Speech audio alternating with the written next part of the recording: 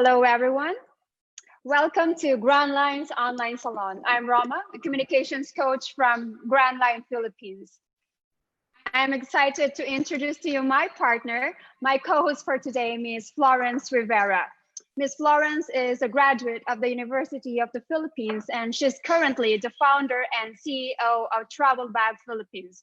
This is a travel company, and she's also the Secretary General of the National Association of Independent Travel Agencies, or known as NITAS. She used to be in the education tech industry as well, having helped found 51 Talk, a Chinese online learning startup, and managed GoFluent, a European distance learning company. Ms. Florence wears many hats, and she is also an HR, training, and business consultant. Hi, Ms. Florence. Hi, everyone. I'm excited to start another session of our online salon. Yes, so in this program, we feature several social issues that will allow the speakers to share their expertise. The students who are part of the audience will also have their fair share of questions at the end of the discussion. We will be asking them about the main topic, and at least 2 speakers will be given time to state their points. Let's begin.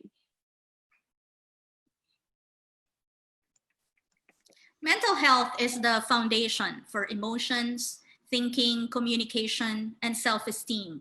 If you're in good mental health, you can make most of your potential and play a full part in your family, workplace, community, and among friends. Some people call mental health emotional health or well-being, and it's just as important as good physical health. Yet many people who have mental illness do not want to talk about it. It is considered taboo for most families in the Philippines. Mental illness is nothing to be ashamed of. It is a medical condition, just like hypertension or diabetes, and mental conditions are treatable. You're right. I'm sorry. That's right, Ms. Florence. Well, mental health is a topic that is very important, yet it does not get serious attention. In fact, many countries, including Philippines, have underfunded mental health systems, and there's lack of support for mental health professionals. Mental well-being is important at every stage of life, from childhood, adolescence, until adulthood. According to WHO, depression is the predominant mental health problem affecting an estimate of 264 million people all around the world. Many factors contribute to mental health problems, including biological factors such as genes and life experiences, such as trauma or abuse. You're right, Ms. Roma. Mental illness does not discriminate. It can affect anyone, regardless of age, gender, social status, ethnicity, religion, or even sexual orientation. While mental illness can occur at any age, did you know that 3/4 of all mental illness begin by age 24? That is according to the American Psychiatric Association. Mental illness also take many forms. Some are mild and only interfere in limited ways, such as certain phobias and fears that we have. Other mental conditions, however, are so severe that a person may need professional therapy or care in a hospital. The good news is most people who experience mental problems recover fully or are able to manage if they get help early on. Mm-hmm. And I'm really glad that we are talking about this today, Ms. Florence. Many of us believe that people with mental health issues are violent and dangerous, when in fact, they are most at risk of being attacked and harming themselves and harming other people. The stigma and discrimination can stop those who want to get treatment. Social isolation, poverty, unemployment, outdated beliefs can trap people in a cycle of illness. And now we are facing another problem. Experts warn that there will be a historic rise in mental health problems because of the COVID-19 pandemic. According to the Philippine Psychiatric Association, we can certainly expect a surge in mental health conditions during and after this pandemic. Just as the initial outbreak of the coronavirus caught hospitals unprepared, the Philippine mental health system, which is vastly underfunded, fragmented, and difficult to access before the pandemic, is even less prepared to handle this coming surge of mental illness. We have a very important topic today, Ms. Roma, and hopefully we'll be able to spread awareness through our discussion with our panel of experts. Let us start by introducing our speakers today. Ms. Avril Rodriguez. Ms. Avril is a holistic well-being practitioner bringing wellness and wholeness to her clients and all levels of being, body, mind, emotions, and spirit. She is the founding consultant at the Complementary Medicine Service of the St. Luke's Medical Center in BGC, where she also pioneered yoga therapy at the institutional level in 2011. Avril's academic background in psychology from the Ateneo de Manila University. She is a certified neuro-linguistic programming practitioner, a theta healing practitioner, therapy practitioner, aroma freedom technique practitioner, yoga and meditation teacher, and uses a combination of all the aforementioned modalities in her sessions with clients. Avril has been working with clients in this capacity, as well as in group workshops and training sessions since 2014. She has been teaching yoga and meditation since 2009, and she also specializes in helping clients establish their wholeness so that they can be fully present in and experience their lives. Living true to our inner selves allows us to achieve a joyful experience of life, achieve clarity, move forward, and make changes to create lives filled with meaning and fulfillment, and make empowered choices that will take back control of the lives we lead. Learn more about Avril at avrilrodriguez.com and at Creating Avril on FB and Instagram. It's also our pleasure to welcome our next speaker, Mr. Rod Solieta. He has a bachelor's degree in psychology and economics from the University of the Philippines, Visayas or Iloilo campus, and a master of public policy and management from Carnegie Mellon University in Australia. Rod has been working in the international development sector for more than 15 years now and has gained considerable experience in several themes, from child protection to local governance, capacity building, leadership development, and organizational development. At present, he is the Deputy Team Leader for Australia Awards in South and West Asia, and part of his role is to oversee scholarship and alumni activities, including supporting scholars from South and West Asia who are studying in Australia. He has worked and lived in the Philippines, Australia, Sri Lanka, Bangladesh, and Papua New Guinea. And in some of these places during challenging times like COVID-19 now, 2016 hostage crisis in Bangladesh, hotel bombings in Sri Lanka, and personal security issues in Port Moresby in Papua New Guinea. Aside from his work, Rod supports advocacies on mental health and children with special needs. And of course, let us welcome Mr. Benito Chua. He's a global HR professional. He has a degree in BA Psychology and MA in Counseling Psychology from Ateneo de Manila University, and a former Human Resources Manager and Trainer Manager at GoFluent. We would also like to welcome our guest from Grand Line Philippines, Ms. Naoki Mori, joining us from Japan. We will have her later during the Q&A session. Thank you for joining us today, and please enjoy the discussion, Ms. Mori. Okay, so let's begin. The new normal due to the COVID-19 pandemic may mean many things for each of us. Working from home, job loss, financial problems, homeschooling of children, and many other things. Adapting to lifestyle changes, managing our fears of getting the virus, worrying about our families, our businesses, and everything important to us may cause overwhelming psychological stress and anxiety and affect our overall mental health. Today, let us begin with this question. How important is mental health, and how big is the impact of COVID-19 to the mental well-being of Filipinos? Maybe we can start with the lady first. Ms. Avril, would you like to start? Hi, thank you very much, Florence. So how important is mental health to all of us? Well, I'd say it's very important. First of all, if you think about it, every person's experience of life is based on our perception of life. So how do we see the world? How do we experience the world? All of that comes into play with our mental well-being. Because if we start seeing and expecting the world to be something negative or dangerous, that's going to be our actual everyday experience. We're going to be living in a dangerous world. Whereas if we are able to see the world as something that is positive, a place that is safe, that is loving, then we can start to enjoy our lives and start to enjoy every single day that we are living here. So mental health, I would say, is of the utmost importance because exactly it dictates everything else that follows. And studies now are showing that how we think and, well, first of all, what we think affects how we feel. And then what we feel affects our bodies as well. So, you know, all the major diseases that everybody's been saying for years are caused by stress. Now we're starting to see why these things are happening. So if your mind affects the entire world and life as we experience it down to our bodies as well, I'd say that this is something that we really need to be focusing on. And also when it comes to COVID-19, I think one very important thing that we have to consider here is that this changes the situation of our day-to-day lives. So it changes the entire situation that we're living in, the people also that we're living with, the place where we're living. Because many of us have been restricted to a particular place, right?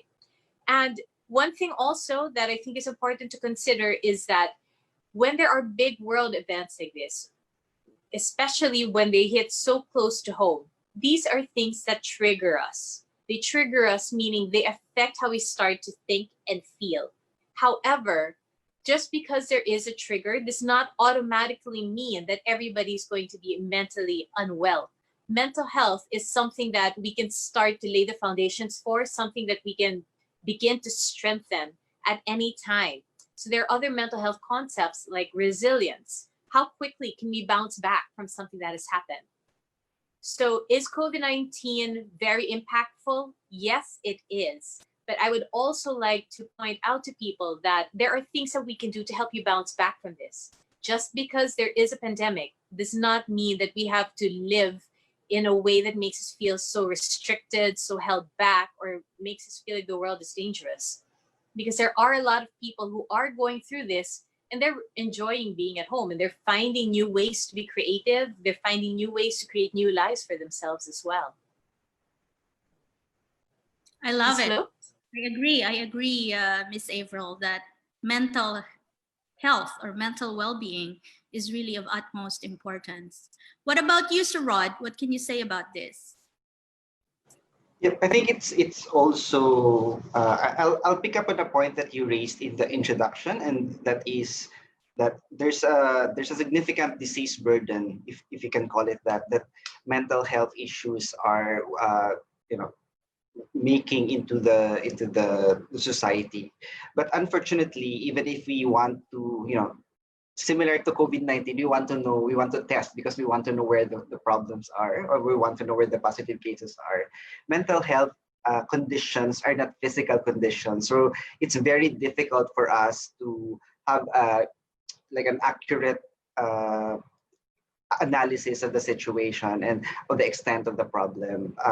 So I think it's likely that whatever we are seeing in social media, likely that whatever we are seeing in the mainstream media is grossly underreported, and that some people who do not have access to or cannot be reached by the traditional medias or traditional information that we normally see are part of that unreported statistic. But even if we do not see it in terms of the implications for us, not only from an individual well-being point of view, but from an overall society point of view, the actual burden or the actual cause of mental health issues can manifest in different ways. So you have, loss in productivity, physical sickness, people becoming abusers or becoming victims of abuse, and so on and so forth. So when we say how important is mental health, I think we have to also look at the sort of the periphery or the multiplier positive and negative effects that it will have on other aspects of our society. So if we're saying that the health system is already not coping well enough with the pandemic, if we add additional complications of mental disorders or mental health or physical conditions resulting from mental health issues, then our problems become even more bigger. And I think the key element of COVID is that all of us are disrupted.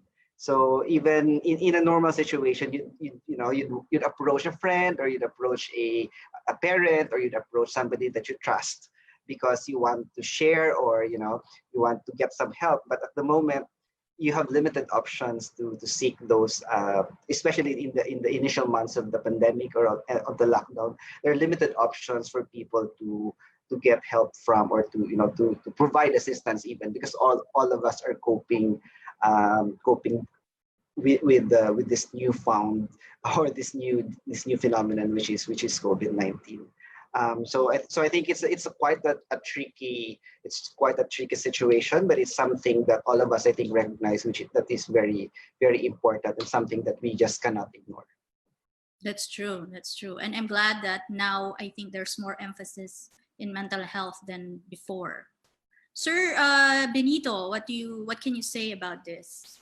Okay, I completely agree with the two other guests. What they're saying is very correct, and I think I would liken mental health to energy that drives people to action. And I think the biggest problem that we have with COVID-19 is that a lot of it is still unknown to us, and traveling through the unknown is a scary experience. There are a lot of things that you're so used to doing. You have habits, you have routines that you're so used to, and then suddenly it gets disrupted.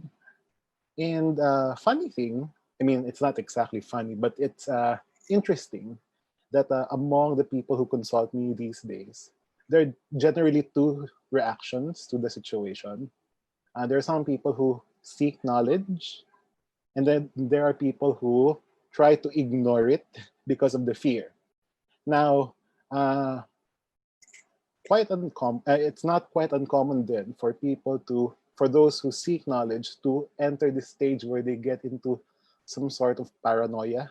Everything is, they wash their hands all the time. I mean, even inside the house. And then they slug it out with their friends online. Okay, this particular resource told me that this is better, this is the right way to do things.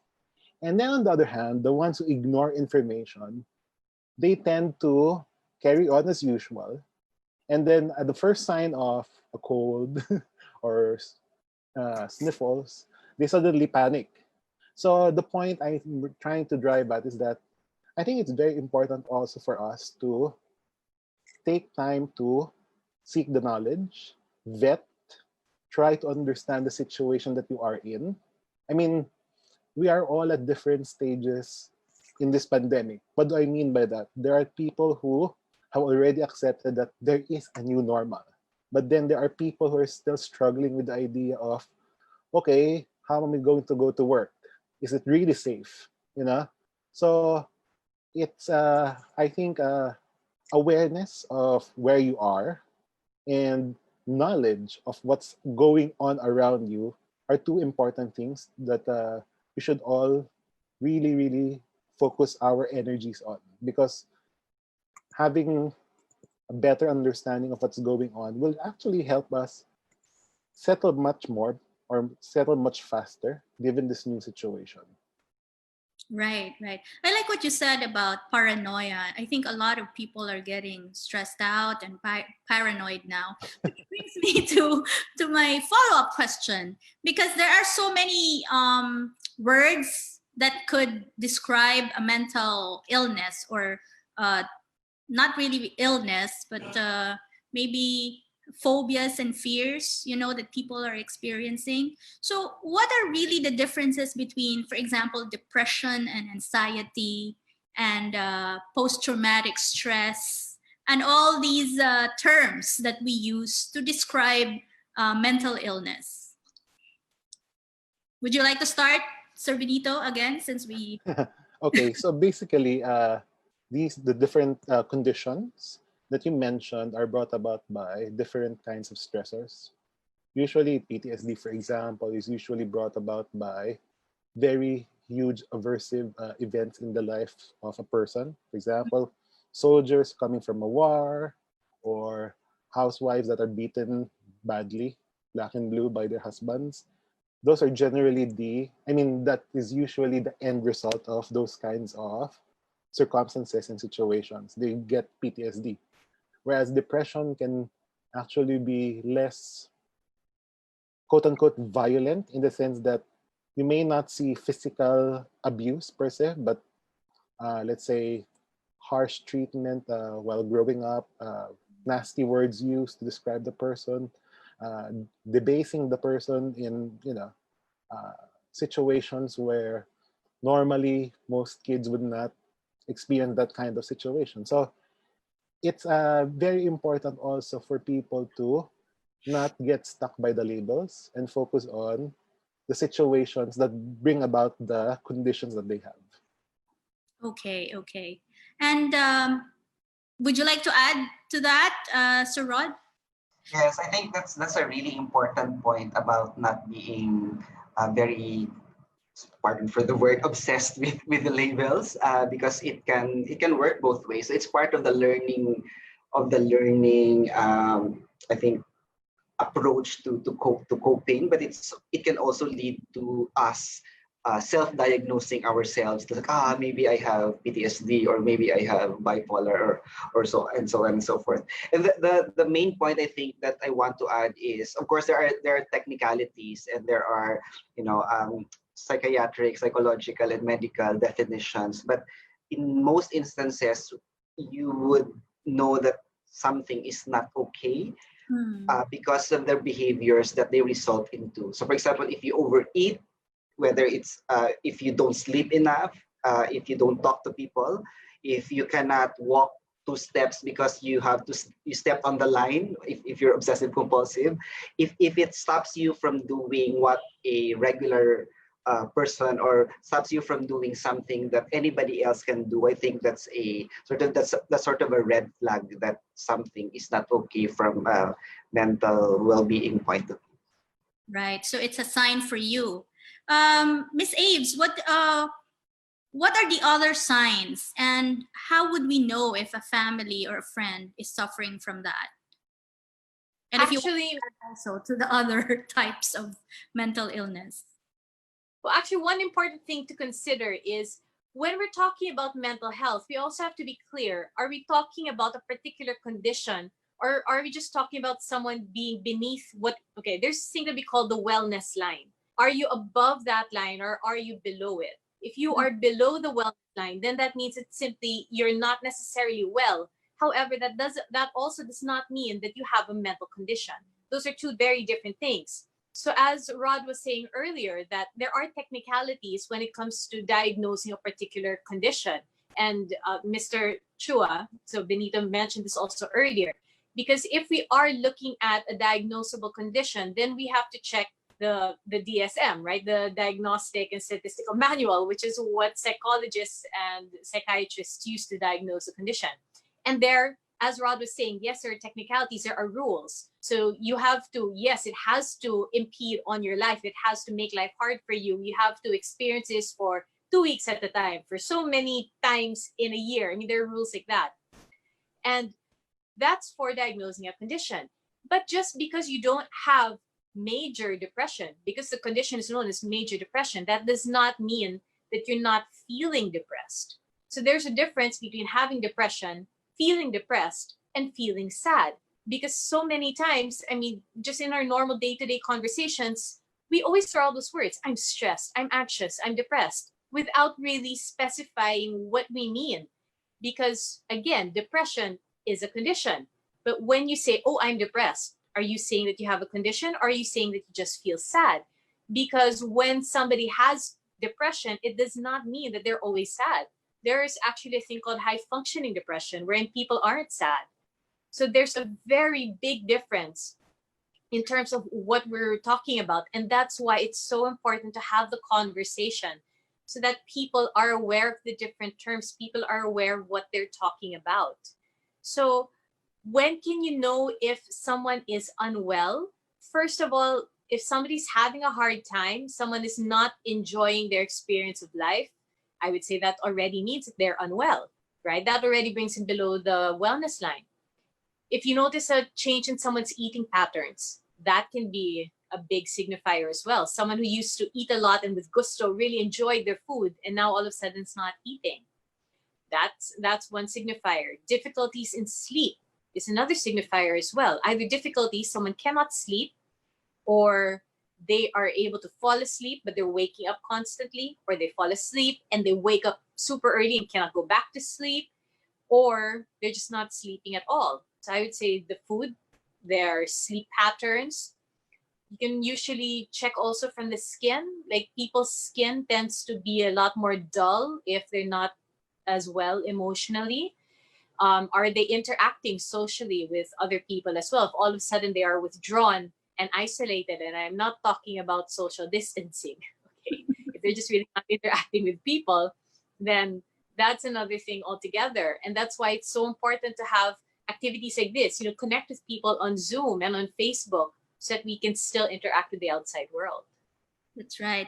And Miss Aves, is it also a signifier if you can't snap out of that sadness or depression? Again, going with the depression, is this somebody who has been diagnosed with major depression or not? But if it is someone who is feeling sad, here's the thing. A lot of people come to me and they say, I'm feeling depressed. I'm feeling sad. Can you stop it? And you have to see what's going on in their lives. I mean, if somebody that you love has just passed away, then it's normal to grieve. We shouldn't stop you from feeling sad because something happened and you have to go through that. You have to process those emotions. That's completely normal and natural in the human experience. But if this is someone who has been feeling sad and hopeless and lethargic and is just staying in bed and is not eating for 2 weeks and is unable to stop doing that, that's already quite extreme. In that case, I would say, please go seek help from a professional. They should be talking with someone. If this is someone who has just gotten over a heartbreak and it's been maybe 2 weeks, they're feeling sad, but they're still eating, they're still going out and seeing their friends, then I'd say that's at the level of below the wellness line. But I don't think they necessarily need psychological help right then and there. Right? Again, there was a breakup. There is a real cause for this. So, it would be natural to feel sad. Wow, I'm learning so much today. And we're only on our first question, Ms. Roma. So unfortunately, we don't have time for the first question. So I'm going to pass you on to Ms. Roma now for the second question. Thank you so much, Ms. Florence. So for our second question, before we start, let's first discuss the impact of social media. So social media is now an integral part of our lives. For the younger generation, there is a blur between real and online life. Bullying and its online form called cyberbullying may cause depression, low self-esteem and dissociation, especially among adolescents and children, or even with adults who suffer from emotional abuse. Being cyberbullied can leave you feeling helpless, humiliated, depressed, or even suicidal. Now that we are on a quarantine, everybody is online and cyberbullying is at its highest. So our second question then is, how can we educate the public about cyberbullying and online attacks that may be damaging to mental health, especially to children and adolescents? So what are your views about here? Let's start with Mr. Rod. Thank you. I think bullying in any form, whether whether it happens on social media or whether it happens in person, is not acceptable. And I think that's the additional, complication with social media is if you get bullied in social media, the world has a record of the incident, and then it can be replayed or it can be brought up again by another person. So in effect, it stays in the consciousness forever. So that makes it, I think, more complicated to address. But well, as I mentioned earlier, I don't think bullying in any form is okay. I think it is bigger than just social media and access to social media. I think it speaks about how we respect other people based on their sexual preferences, based on their physical appearances, or based on their race. So I think it's something that we, mature adults should exercise or should display respect for other people. There's also I think what Avril mentioned earlier about resilience, and I think it also depends on how the receiver of the bullying, I think, copes with the situation. So some people can just let it slide if they're mature enough or if they're resilient enough. But there are other factors and contexts that we need to consider. For example, if a child is or an adolescent is not as psychologically mature as another person, or if that child is already experiencing some form of abuse, or if that child comes from a problematic household or a problematic family, then the effect of bullying or of bullying is multiplied by several folds. So we cannot just put people into box and saying, oh, okay, he'll be able to cope with that. Because we don't know what's happening in the context of the child, as well as we don't know the biological reaction as well of the person in those situations. And the other point I think I'd like to raise is bullying does not stop when bullying stops. So some people will be affected. Some of the behaviors will have lifelong effects, whether it's on self-esteem or self-worth issues or insecurity issues down the line. So I don't think we should take bullying as an issue lightly.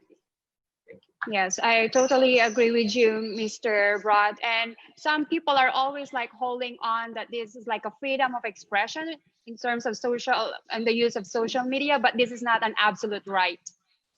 Yes. Well, how about Miss Avril? What can you say about this one? Well, About cyberbullying. When it comes to bullying in general, I think one big thing here is we need to have the conversations. People have to talk about it, and we have to be aware of what bullying actually is. Because based on movies and books, the social media that we've seen in the past, I mean, it would be things that are more physical.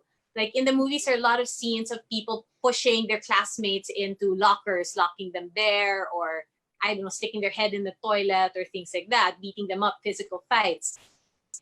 But that's not the extent of bullying. I mean, bullying can be emotional. It can also be verbal as well.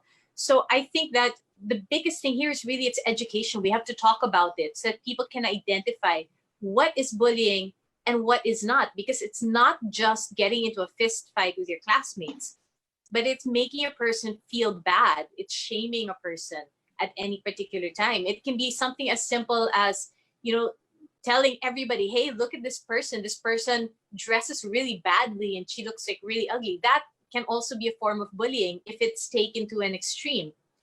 So I would say that probably the biggest thing is we need to start talking about it, not just on social media, but in mainstream media. And not just about bullying, but let's put it into the stories. Let's put it into the movies. Let's get people talking about it so that they really not that they experience it, but they understand what is the experience of being bullied and why is it so damaging. I love what Rod said about how bullying doesn't end when the bullying ends, because that's right. I mean, a human being, our psychology is made up by all the experiences we've had our entire lives. And you're very lucky if you are a person who has worked with a counselor or a coach or a therapist to go and process all the things that have happened to you in the past. But if you haven't, you're carrying all of that baggage with you your entire life. So what happens then? The bullying that you may have gone through one day when you were in school is now with you your entire life. And your entire life, you're there thinking, I'm not good enough. I'm not pretty enough. I'm not smart enough. Because one classmate said it when you were like 10, right? So I think the main thing here really is, you asked about education. It's a conversation. We have to talk about it We have to make sure that we don't deny it, that we don't hide it from each other. I would say, please, let's create safe spaces within family and friends. A safe space meaning a place where we can talk and not be judged. Can we please learn to listen to each other? Because a conversation is not just talking, it's also listening and accepting our friends, our family members, our loved ones, accepting them for where they are and what they're going through. Because this whole thing of mental health and with bullying also, there's a lot of judgment that's going on. So it's like, oh, you're being bullied. It's okay. Don't listen to them. Oh, it's not important. It is important because we feel bad about it. So can we learn to listen and to accept what each person is feeling? Because just the fact that they're feeling it, it's already valid. Yeah, I totally agree with you, Miss Avril. That's very nice that we need to be sensitive enough with what the person is feeling or going through. Now, now let's proceed with the second question, my follow-up question. So are there legal consequences if a person commits cyberbullying? How can government address cyberbullying, and how can we protect our children and teenagers? Maybe let's have Sir Benito. Okay. Yes. Right now, there's a cybercrime law, and I'm pretty sure all of you are acutely aware of how one famous actress is actually running after this guy, apparently in the UK. So there are legal remedies, and the details, though, I'm not very familiar yet with, because we're just basically starting to understand the very animal that is the internet. So like what Avril said and what Ron said earlier, bullying never leaves the person. Unfortunately, there are some people who end up becoming bullies themselves. And particular to the cyber world, people actually need to understand that the internet, social media, are basically just platforms. They are means to communicate to people, and so people should also understand the landscape itself. You know, what do I put out there? Because not everyone, we have to admit, not everyone can be considered kind. Not everyone would be able to understand the context of how you express things. So education also goes to understanding what you're getting yourself into, because when you know that, okay, when I go to Twitter, most likely there will be trolls, and these trolls are either paid or they're basically angry people who want to pick fights with other people. So the best advice I can give with regard to let's say getting justice or getting help is really to understand, number one, what the laws out there are. Number two, as Avril said, talk about it. Communicate with people. Form groups, form discussions such as these to be able to inform people that, hey, you know what? Even if someone attacked you right now online, you can actually go to someone and that someone will help you get things fixed, or at the very least, help you get yourself out of that situation. Because once someone else stands up for you, that's hope. That's giving the person the idea that, okay, I'm not alone in this one. And they actually understand what's happening to me. And what's happening to me is a bad thing. And it's a valid feeling. So it's really important to create communication lines among people and get it out there. Yes, I agree with you, Sir Benito. Well, the impact of social media right now is really powerful, because once something is put there, it could stay there forever. And it's somehow like, it's really hard to move out from it. And that's why it's really important to have this conversation with the people that could support and help you. Well, just one thing. And I think just to make it clear how much we know little about social media and the internet is that I even suspect that even the ones who created these platforms do not fully understand the impact of the platforms that they created. Exactly. I agree with you. A lot of people are using social media platforms right now, and yeah, it's so easy right now to influence people. Blogging and everything. It's just so easy right now. But anyway, let's have also Mr. Rod. What can you say about this? About the second question about the laws or the legal consequences about cyberbullying? And I think those of you in the Philippines should be more across the details of the legal options. I think, but I support what Avril mentioned about talking about it and seeking help, and also not treating in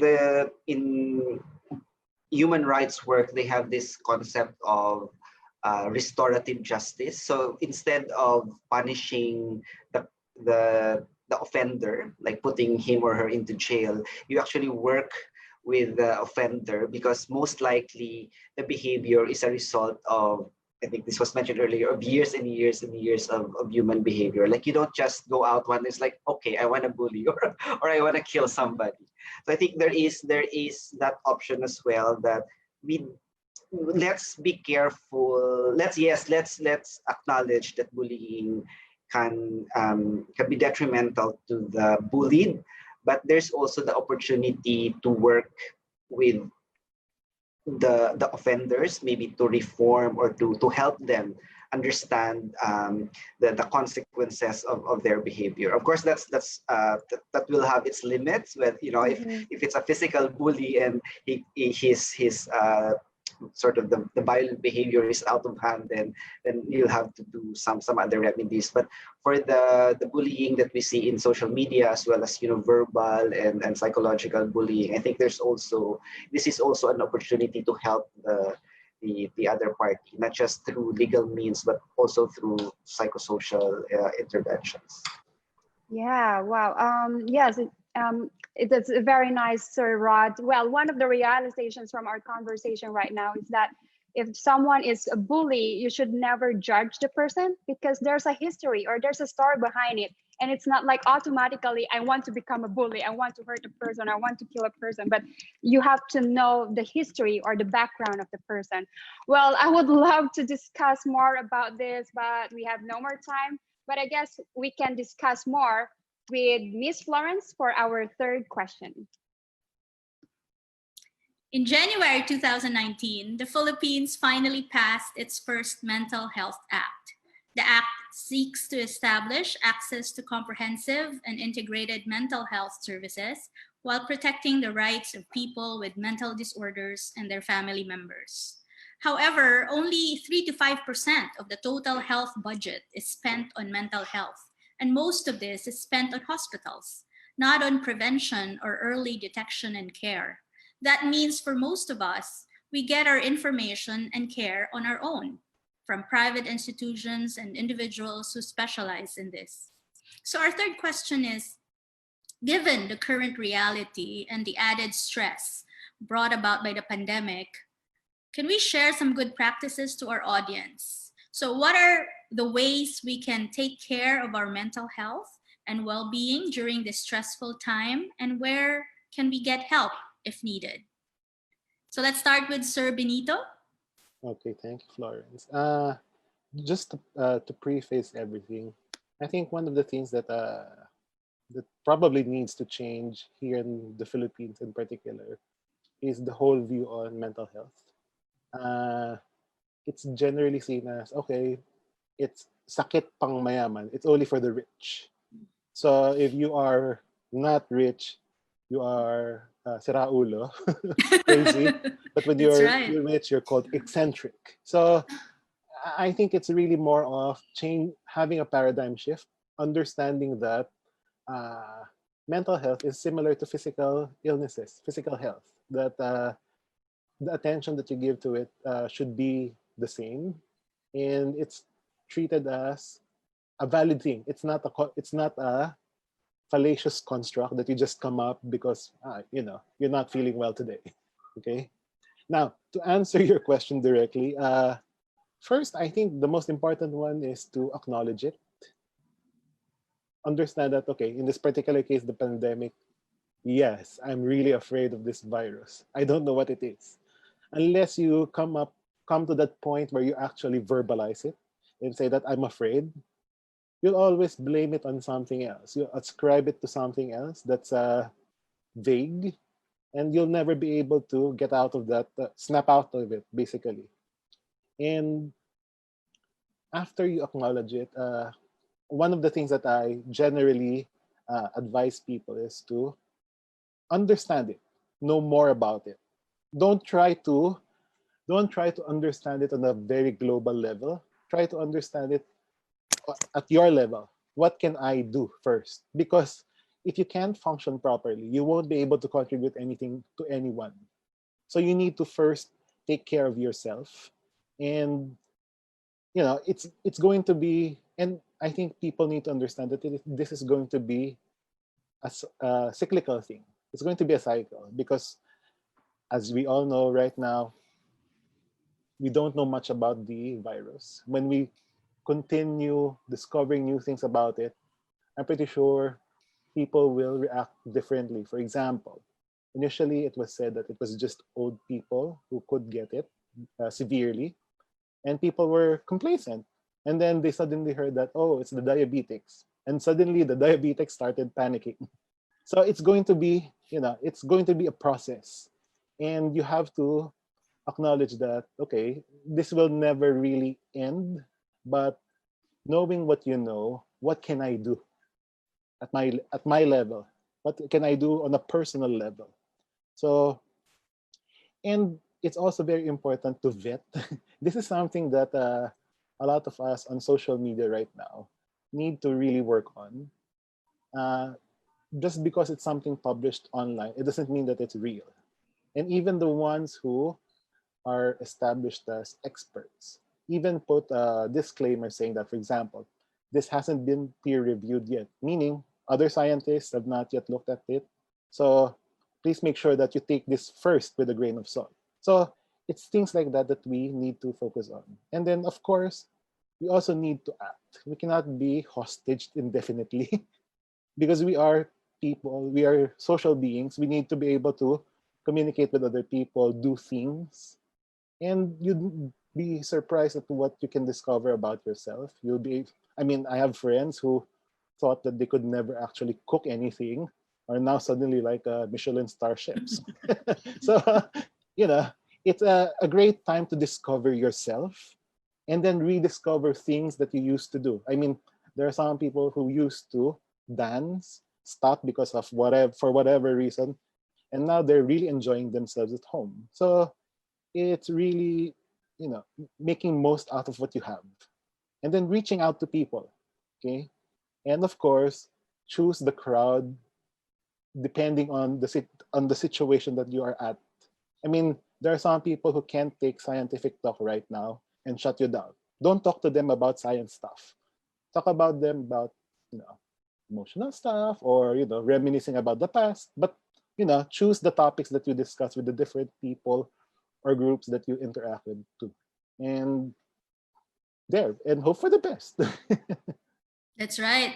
So that's why we shouldn't be judgmental, because some people can't take reality, I think. So they would rather deactivate their social media, and that's okay. If that works for you, then that's fine, right? So Rod, what can you say about this? Yeah, in your introductory message, I think you mentioned about how the law didn't change the situation. And I think this is, in policy work, we have this phrase that we say, you cannot legislate morality. So I think it's the same.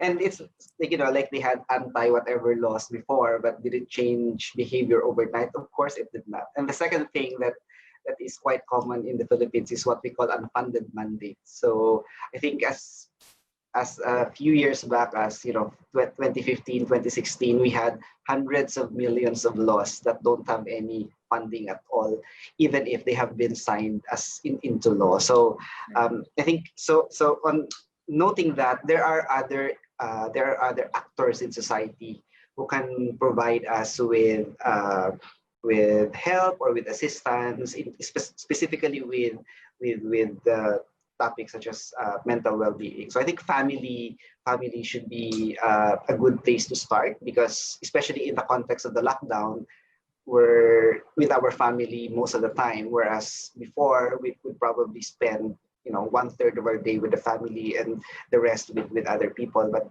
at the moment, what we have and where we are most of the time will be with our family. So I think that's the social structures would still be very helpful for us, so family and the extended family structure in the Philippines.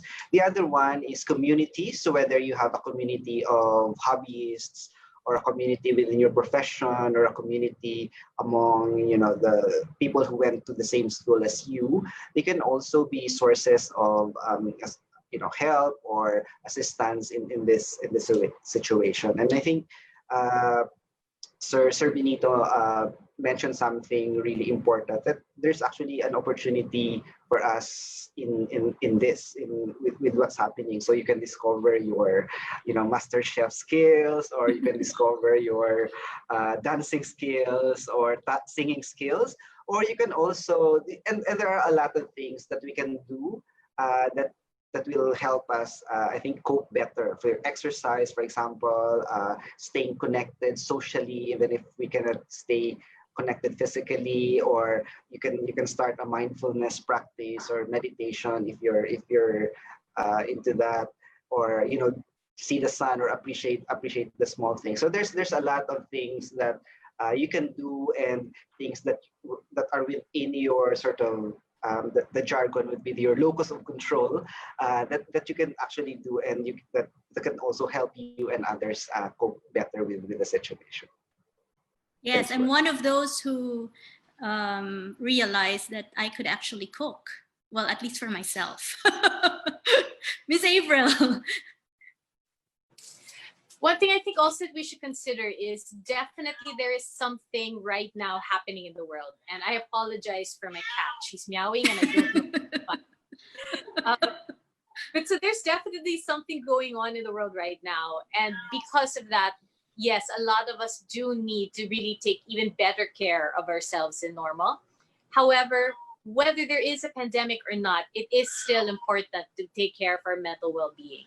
So I just like to point that out. All these tips are not specific only to this time, but these are all things that we should be doing at any point in our lives.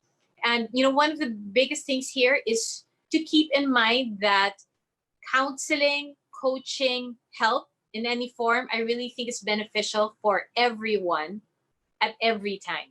Meaning you don't just ask for counseling because you think you might be going crazy, right? I mean, we ask for counseling because we need a little bit of help to help process an experience that we're going through, to help us understand something that is happening to us, or even just to help us figure out, okay, where do I want to go next with our lives, or with my life?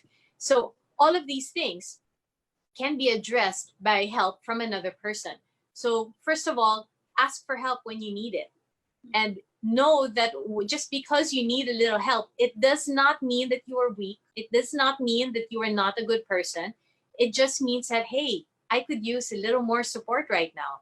And this goes back to what Rod was saying, that yes, community is so important. And earlier, Benito mentioned also that we are social beings. That is true. As human beings, although some of us are introverts, right? I'm actually an extroverted introvert.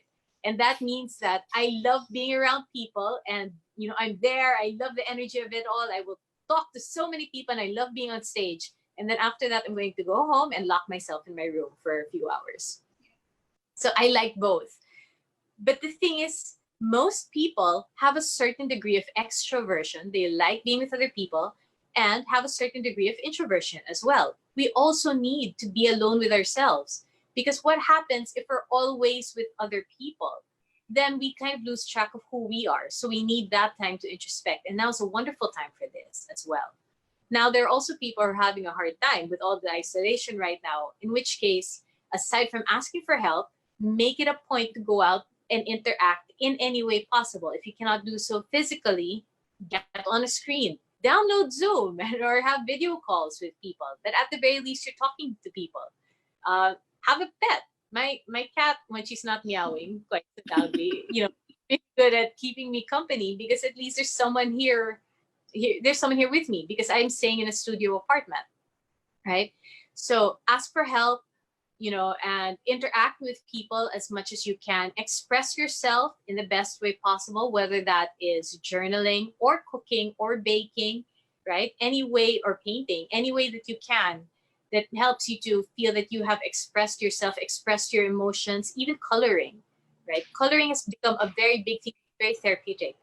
Find, nice, relaxing, repetitive movements that help the mind just kind of quiet down.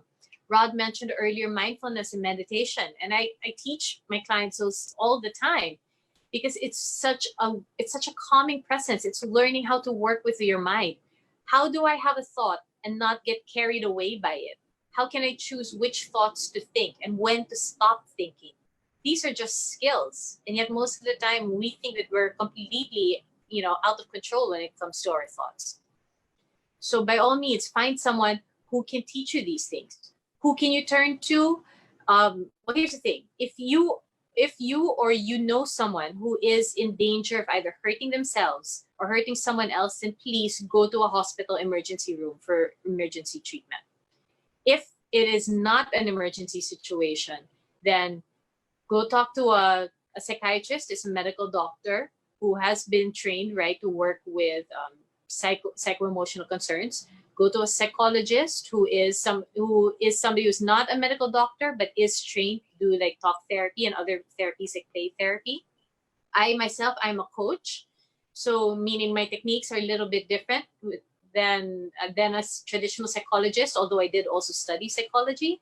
So I use different techniques like the yoga, like the meditation, like the theta healing, the NLP, neuro-linguistic programming. But, just reach out, ask for help. If you can, talk to a friend, talk to a family member. And if not, or if you feel the need for it, then definitely seek out a professional, because somebody who has really been trained to do this professionally will work with you in a different capacity than a family member will. Because if it is a friend, normally what happens, if you're saying that you're going through something, they'll add on to that emotion. They'll be like, yeah, right, you should really get mad at that person. That wasn't right what they did to you. So you end up feeling more of that emotion after that conversation. But somebody who's professionally trained to work with you will help you to actually process it. Okay, what is really happening? What do you think they were trying to do when they said that? What is their intention? What is your reaction to it? How can we make this better for you? What's a good outcome? So the questions, the way we speak are very different also. So seek help. I guess that's the most important thing. That's right. And guys, if you need a coach, I personally refer Miss Averill. She's the best. Okay, guys, we're running out of time, but I would like to ask for your opinion on how to change the mindset of most Filipinos when it comes to mental health, because we know that there's really a stigma in Philippine society, and how can we build more awareness? Maybe we can have a 30-second answer from each one of you. So Rod, would you like to start? Okay. I think it's talking about it and showing them that mental health, for example, or therapy is not just one thing, but there's like a spectrum of practices and concepts, and it's not only to prevent something negative, but it can also lead to something positive. So I think it's showing them the entire sort of gamut of what mental health and what mental well-being is all. Okay. Sir Benito? Basically educating people on why mental health is important to us, whether it's healing from something or using it to empower yourself, because there should be a connection. I mean, it should reach that point where mental health is seen as something pragmatic too, meaning you understand why mental health is important for you to function every day. It's not just the disruptive part, but the productive part. That's right. Spoken like a true HR. Miss Averill? Well, I think Rod and Benito have like wonderful inputs. In addition to those, though, I'd like to challenge the people who have gone through any form of coaching or counseling or therapy to stand up and be brave enough to tell other people that they've gone through it. Now, why is that important? So that people can see hey, I went through this and I'm a normal person. You know, I'm not some violent murderer. So for example, I actually had panic attacks, anxiety and panic attacks before when I was in school. So I started having some therapy in the guidance office, and that really helped me to the point that now I love my life. Life is easy, it's fun, and I don't have panic attacks anymore. And just that simple thing, if you can take away one person's pain, how wonderful life would be. And if we could all do that for each other. So please, if you've been through any form of coaching or counseling or therapy, share it with the world, because you are a wonderful person. They deserve to see that. That's right. Thank you, guys. Wonderful input on mental health. I hope that we are reaching a lot of people. And I hope that people realize that we are all unique. And, you know, it's just really a matter of training our thoughts and creating that mindset for ourselves. So let us now move on to the question and answer part. So we have a student from Japan, Ms. Roma. I'll pass them on to you. Okay. So as we move forward, as we move towards the end of the program, so let's have some questions from our curious guest. And this is Ms. Naoko Mori and some viewers from YouTube and Facebook. So if your question is specific to someone, please identify that person. So Ms. Mori. Okay. Thank you for interesting discussion. And I think we have more sensitive feeling now because of this pandemic situation. So I think we have risks to be damaged by SNS, but also we have risks to harm someone else because of these sensitive feelings. So what can we do not to harm other people? Do you want someone to specifically answer your question, Ms. Mori? Not especially. Okay, so our guests who would like to answer Ms. Mori's question.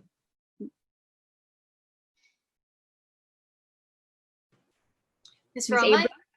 Yeah. How can we not harm other people? I think it's important to be aware of what we're saying, because it is one thing to ask for help and to say, hi, I'm having a hard time with this. I'm feeling very vulnerable, or I'm feeling scared.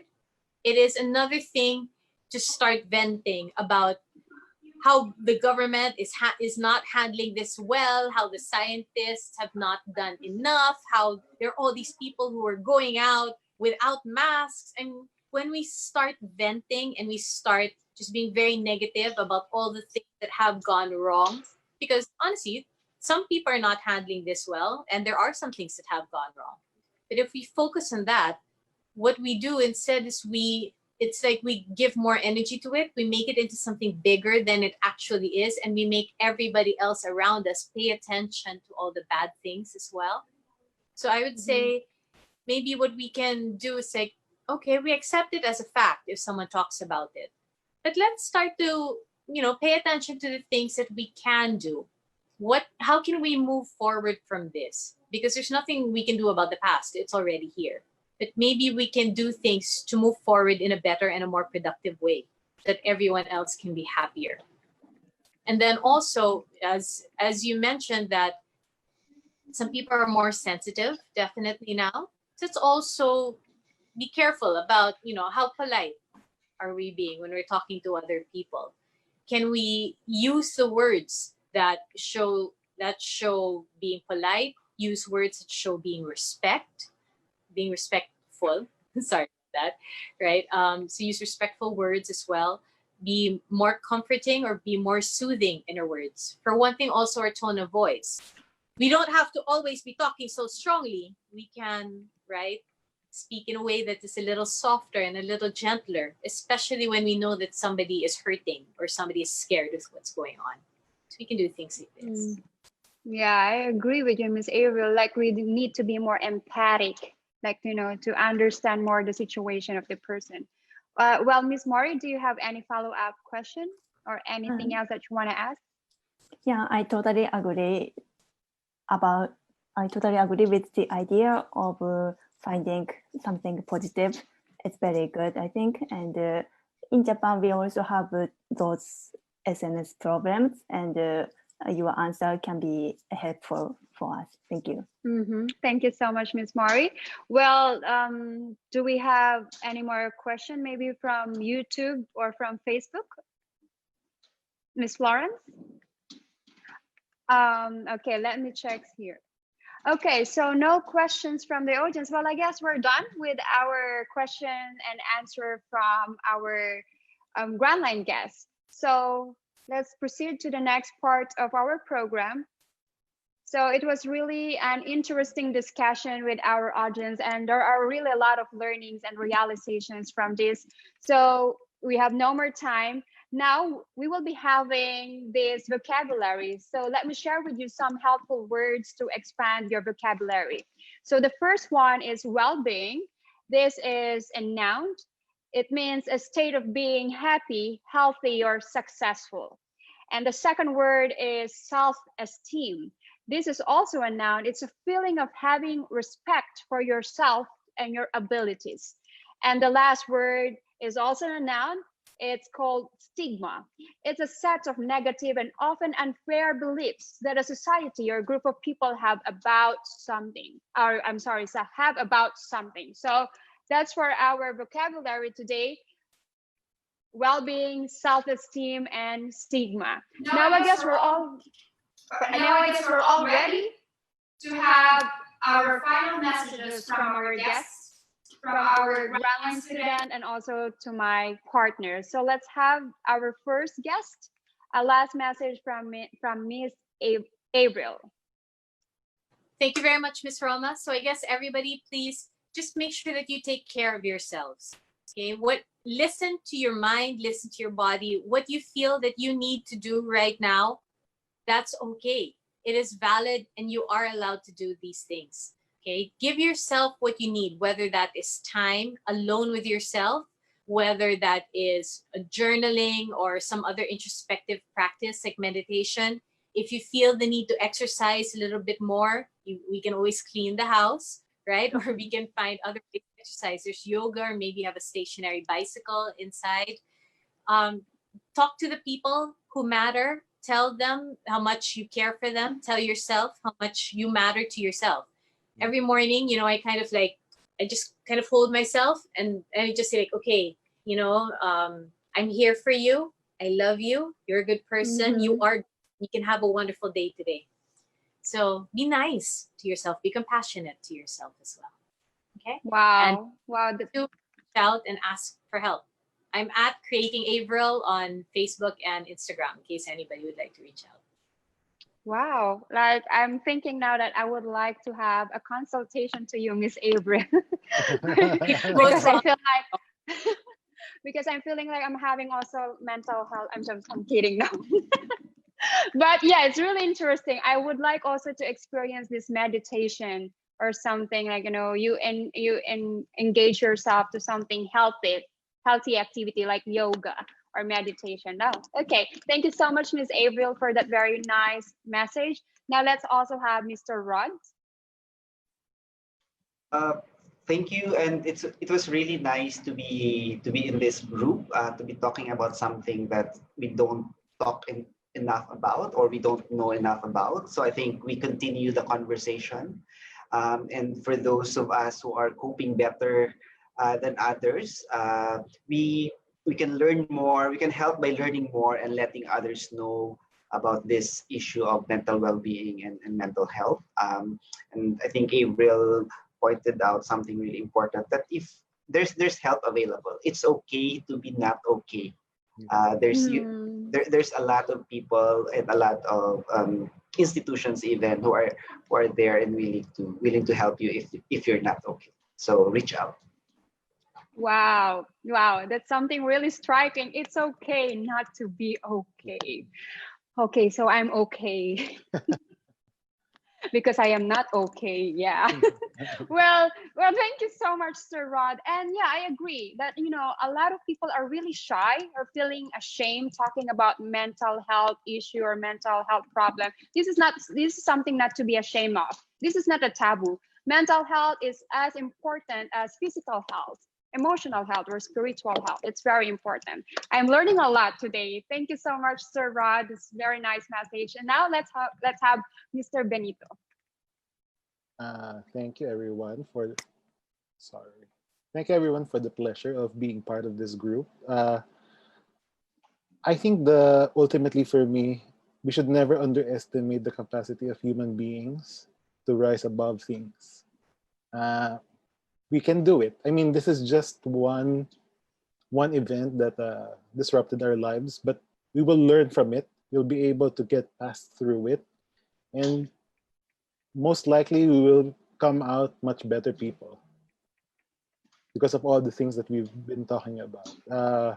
Yeah, and let's look forward to a new tomorrow where we know better and we act better. I think that's the most important part.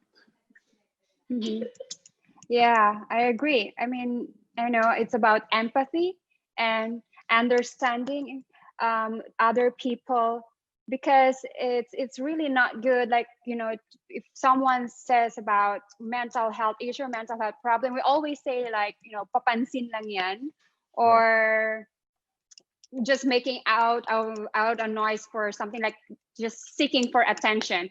But it's very important, you know, you have to talk to that person and try to understand the situation.